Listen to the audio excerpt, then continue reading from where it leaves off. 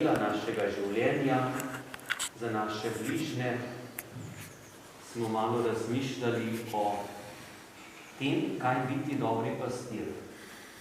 Jaz sem to teoretično govoril, tukaj malo drobil te misli, zdaj boste pa praktično slišali, kaj to je biti dobri pastir.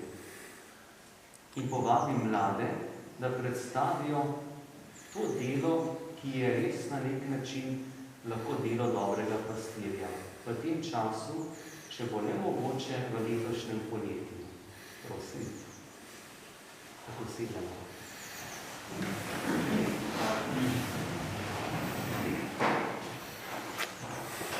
Najprej hvala gospodinu za lep sprejem.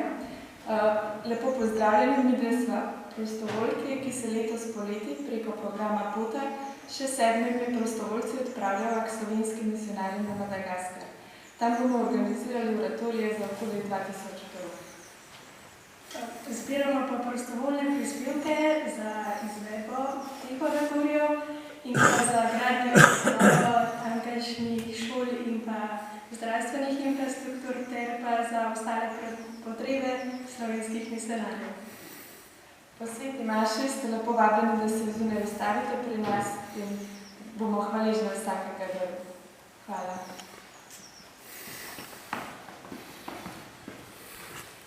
Čeprav vem, boste pri gospodu Janezu Karmelju.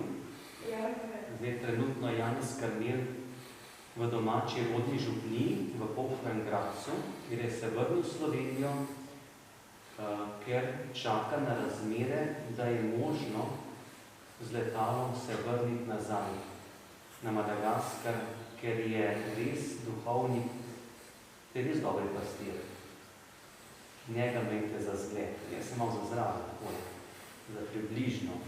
On bo ostal, dokler bo še ena roka malo migala do konca med ljudmi tam, kjer je srcem in z dušo njihov v misijoni. In zdaj, ko se bodo razmere malo izboljšale, pričakuje, da se lahko vrne nazaj v misijon in potem verjetno, če bodo primerne razmere, boste pa še višli na pomoč v njegovo župnijo, v tisti kraj. To so precej velike razsežnosti, so lahko župnije na takem področju, kot je recimo Gorenjska ali pa Dolenjska pokrajina, Štajerska. S tem, da so lahko poselitvena področja celo bolj številčna od Slovenije. Jug Madagaskar je dosti nerazvit, skromen, reven, drugače kot sever. V zadnjih časih pa prihaja še do roparskih napadov. Prav Janez Karmel nam je povedal, pred 10 leti ni bilo roparskih napadov, so bili vse v tem miru živeli, zdaj pa še to.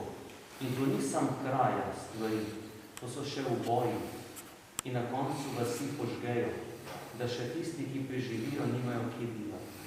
To so težke, krute stvari, ki se dogajajo v tem času v tej državi. Hvala za vašo pripravljenost, za vaše delo. Na koncu pa prosimo še za Božjo blagoslov.